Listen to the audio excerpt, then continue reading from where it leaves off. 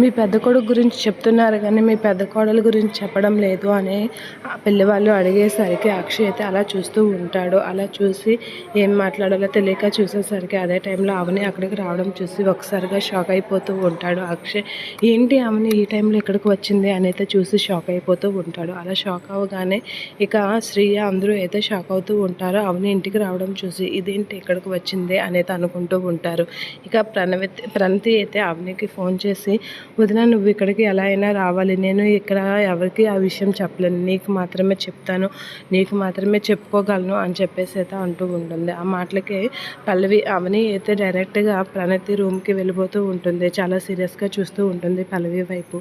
అలా చూస్తూ ప్రణతి రూమ్కి వెళ్ళిపోతూ ప్రణతితో అయితే మాట్లాడుతూ ఉంటుంది. ఏంటి ప్రణతి, ఏంటి మాట్లాడాలని అన్నావు, చెప్పు అని ప్రణతితో అనేసరికి, నువ్వు ఇక్కడ ఏం చేస్తున్నావు, నువ్వు ఇక్కడ ఉండడానికి వీల్లేదు, ఇక్కడి నుంచి వెళ్ళిపో అని చెప్పేసి అయితే సీరియస్గా పల్లవి అక్కడికి వచ్చి అవనినైతే చేపట్టుకుని బయటకు లాగబోతూ ఉంటుంది. అలా లాగబోయేసరికి పల్లవికి చెంప చెల్లుమనిపిస్తూ ఉంటుంది అవని. అలా కొట్టేసి నేను కాదు మీరు బయటకు వెళ్ళండి అని గట్టిగా గసిరేస్తూ ఉంటుంది. అలాగా గసిరేయగానే పల్లవి ఆ శ్రీయ అక్కడి నుంచి వెళ్ళిపోతూ ఉంటారు. చెప్పు ప్రణతి, ఏమైంది, ఏం మాట్లాడాలి చెప్పు అని అంటూ ఉంటుంది అవని. అలా అనేసరికి వదిన నేను ఒక అబ్బాయిని ప్రేమించాను అనేది అంటూ ఉంటుంది. అలా అనగానే ఒకసారిగా అవని అయితే షాక్ అవుతూ ఉంటుంది.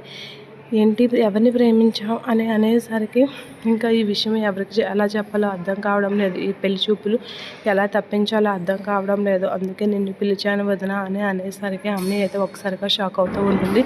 ప్రణతి చెప్పిన మాటలు విని ఏంటి ఇప్పుడు ఏం చేయాలి, నేను ఈ పెళ్ళిని ఎలా తప్పించాలి అనేది అనుకుంటూ ఉంటుంది. ఇప్పటికైనా నేను ఇది ఎలాగైనా అందరికీ చెప్తే నా గురించి బ్యాడ్గా అనుకుంటారు, నువ్వే చెప్పు వదిన అని చెప్పేసి అయితే అంటూ ఉంటుంది. అమ్మాయి అయితే షాక్ అవుతూ ఉంటుంది ప్రతి మాటలకి.